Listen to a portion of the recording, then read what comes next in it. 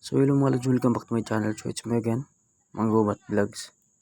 So for today's video mga lods is, gusto ko lang ituro sa inyo kung paano ma-fix natin yung or tanggalin natin yung the same organization code exist.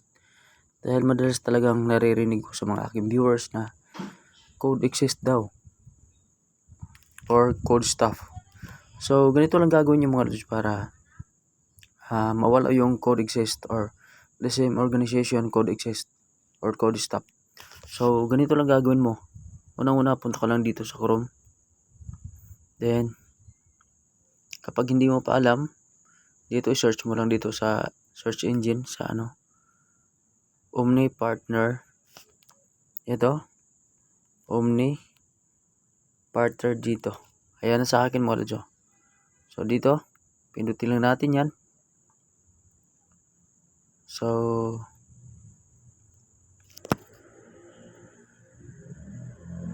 hanapin natin.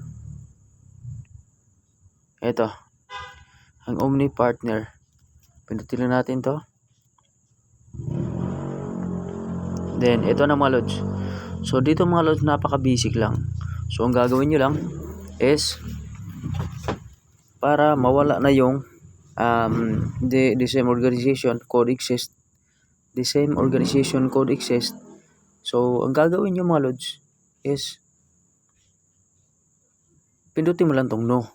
Ayan, para mawala na yung referred by staff code, staff name, referrer type.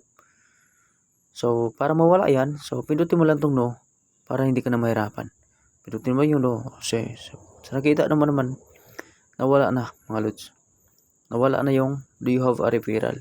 So sa referral kasi mga lods, halimbawa ako nagre-refer ako ng mga sa link nito, pinapasa ko sa inyo, kaya meron siyang referral.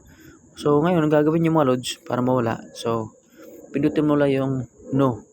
Sa do you have a referral, pindutin mo lang yung no, then automatic mawawala na yun yung fix yung the organization code exist.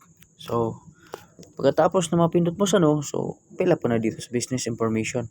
So pangalan mo, then last name, then email mo, then cellphone number na gusto mong i-register, then region, address, zip code, business type, and TIN number. So ganyan lang kabilis mga lods. Ganyan lang ka-basic. Sundan nyo lang ng maayos. At meron ako mga tutorial dyan kung paano magkakaroon talaga ng todo data 10 ang ating mga todo sim. Dito sim. Okay? So maraming salamat sa panonood. Maraming salamat. Thank you and God bless mga lods. Bye-bye.